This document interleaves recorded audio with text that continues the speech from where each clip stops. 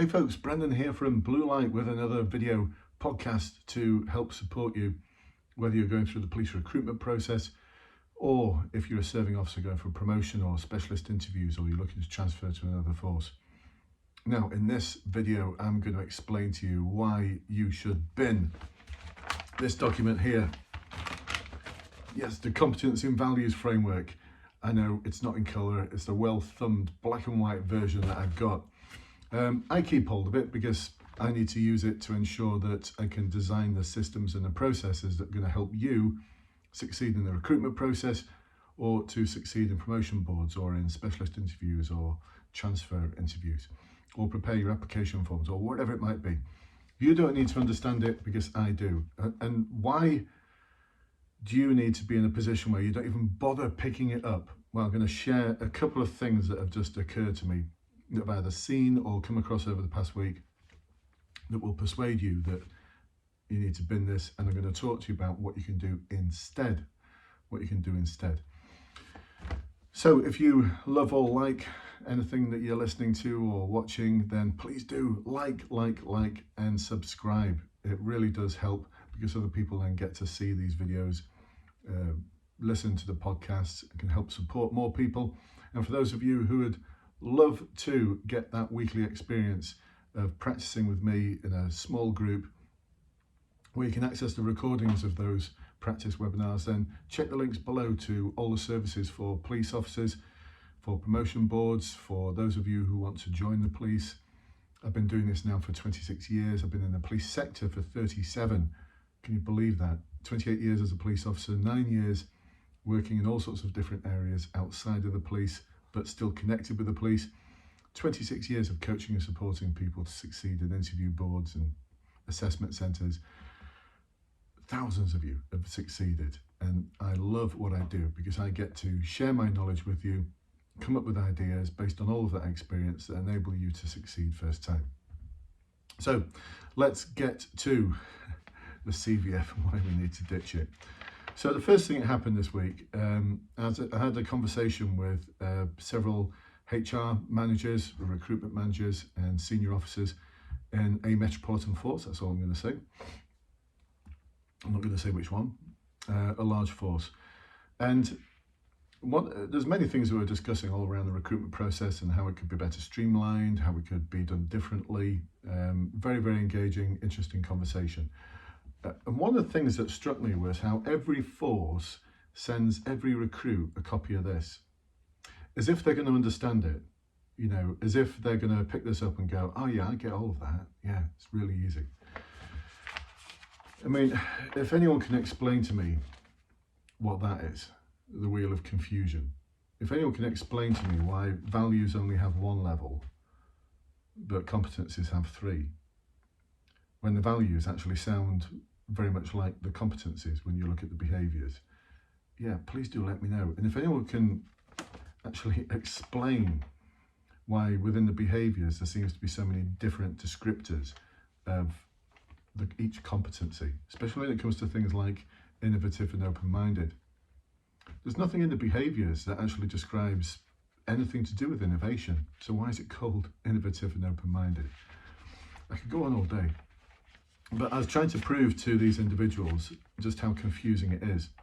And so I came up with a question, a common question that's asked at interview boards, whether it be specialist interviews or promotion or for recruitment. And that's, please can you tell me about a time when you've had to make a difficult decision?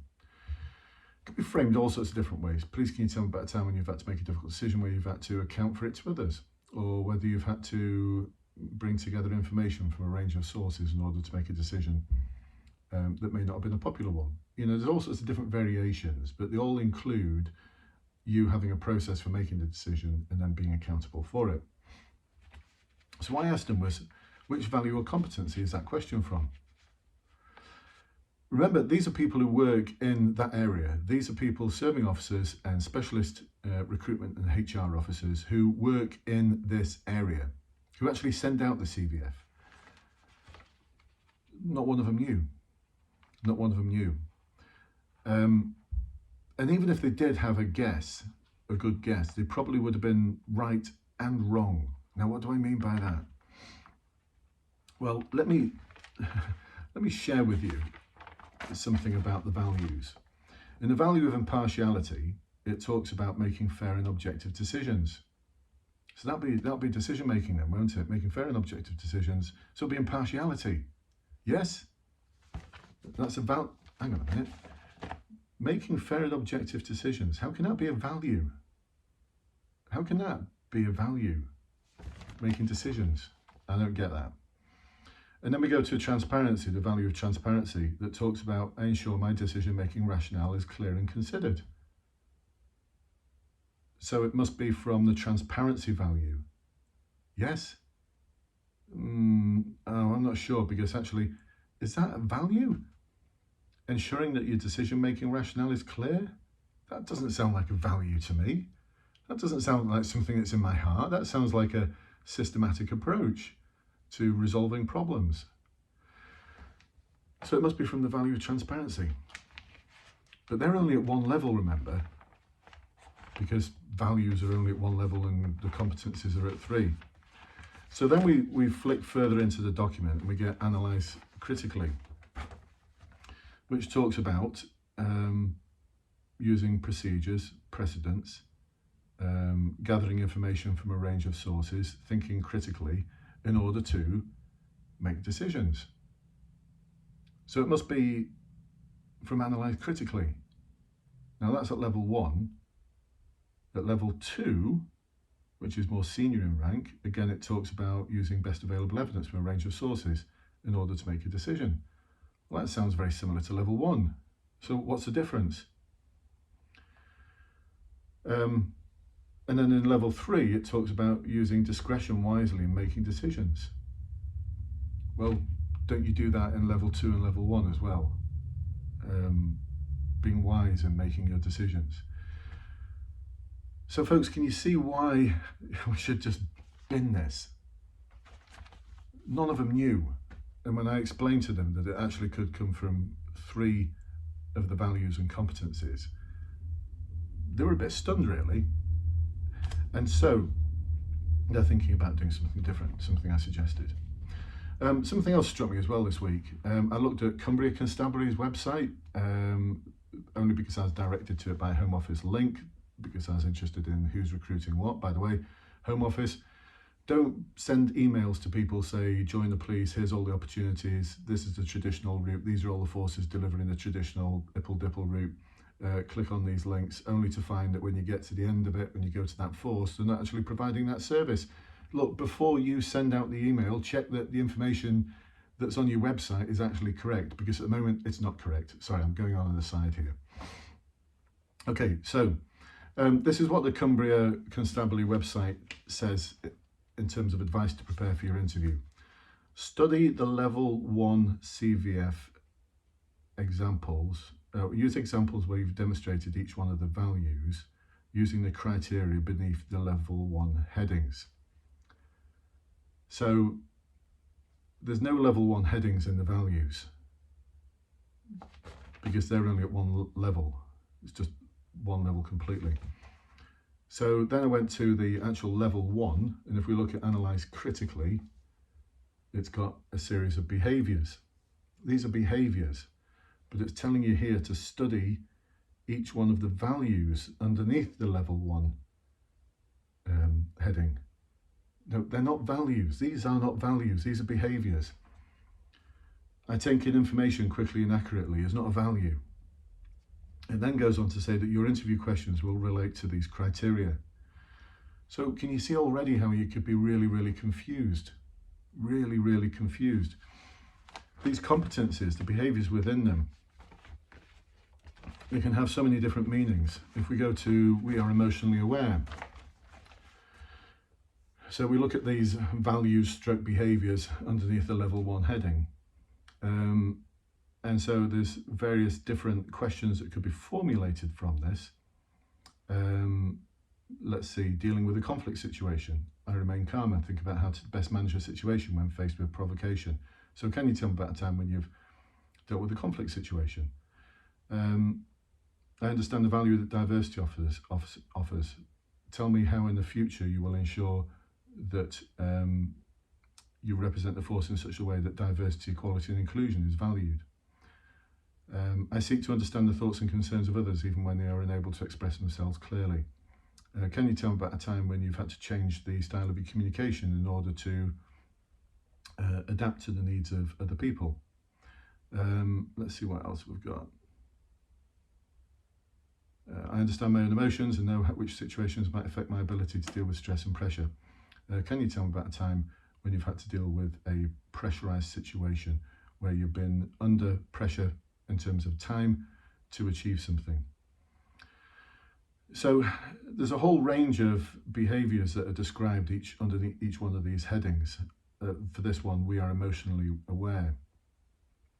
And more than several questions could spill out of these behaviours. And that's why Cumbria, you're having a bit of a laugh, aren't you? And all the other forces who give advice like this as well, to have an answer for each one of these. There's six of these competencies, there's 4 values. And this is 1, 2, 3, 4, 5, 6, 7, 8. 8 different behaviours. They all have about 8 behaviours. So what's that? 6 times 8? Lots. How can anyone going into an interview being that prepared or that confused? Honestly. And then it goes on to say, think about what you did, how you did it, why it was successful, what you learned, etc. What's etc.? What's etc.? And so there's something else you can do instead. Look, bin this, bin it, just bin it. It's not going to help you. I find it confusing, and I've got a master's in education where I focused on personnel evaluation systems. I'm an MVQ assessor, MVQ internal verifier. I've set up quality assurance systems for delivering qualifications within forces. I've opened up, I've designed and set up a virtual college to deliver qualifications from the College of Policing. This is my world, and I don't get the CVF. And I don't think anyone else does, because there's that gobbledygook from Cumbria and then the Metropolitan Force I was talking to, the specialists around this who send out the CVF, none of them understood it. None of them could get it. None of them could explain to me what the Wheel of Confusion was about. Look, there's a big secret in the police. No one understands the CVF. They're all just pretending that they do. So something else you could do instead. And this is to have about 10 different things in your life when you've covered certain situations. So this is what I advise my clients to do on the webinars and on the course. I'm going to give you the first 2, and then the next 8, I'm going to tease you a little bit because they're for my special clients. And if you want to become one of those clients, check the links below, join the courses, practice every week with me on the webinars, hone your skills, get yourself ready, get yourself confident for your interview or your board or your assessment centre, whatever it might be. So quite simply, have about several things that you've done in your life that you can use to answer any question that they give you. Don't fret about what competency or value it's from. Just deliver a really good structured answer that's got detail in it, some authenticity in terms of how challenging it was or difficult it was and how you felt, and that's the emotional part as well. So 4 things: structure, detail, authenticity, emotion. First 2, come up with something where you've had to work with others, work in collaboration with other people, in partnership with other people to solve a problem or deal with a challenging task. Next one, a time when you've had to make a difficult decision, where you've had to gather information from a range of sources, people, guidance, policies, procedures, in order to take what was a difficult decision and then eventually turn it into something that's an easy decision. And it's only easy because you've gone through that process. And then how you've had to account for that to other people. So those are 2. There's 8 more.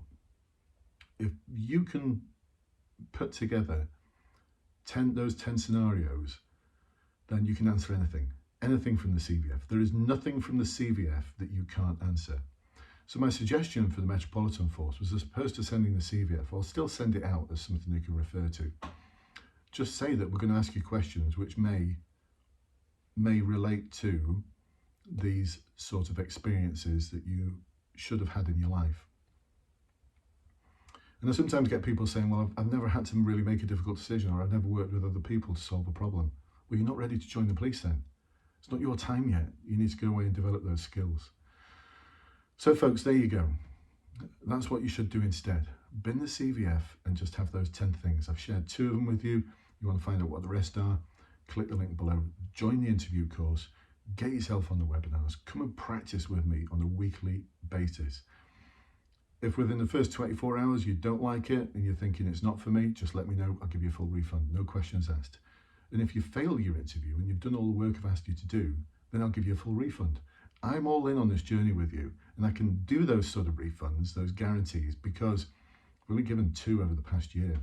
2, that's it, 2. So it's a no-brainer really. You win, you get to pass everything first time, get awesome marks.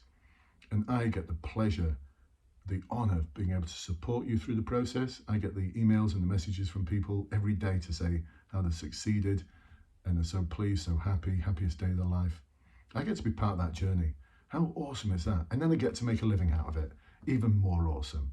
So come and join us on those webinars. I look forward to seeing you very, very soon. You really, really will benefit so much. I absolutely guarantee it. I guarantee it so much that if you don't, refund time. I'll catch you with you next one, folks. Bye-bye for now.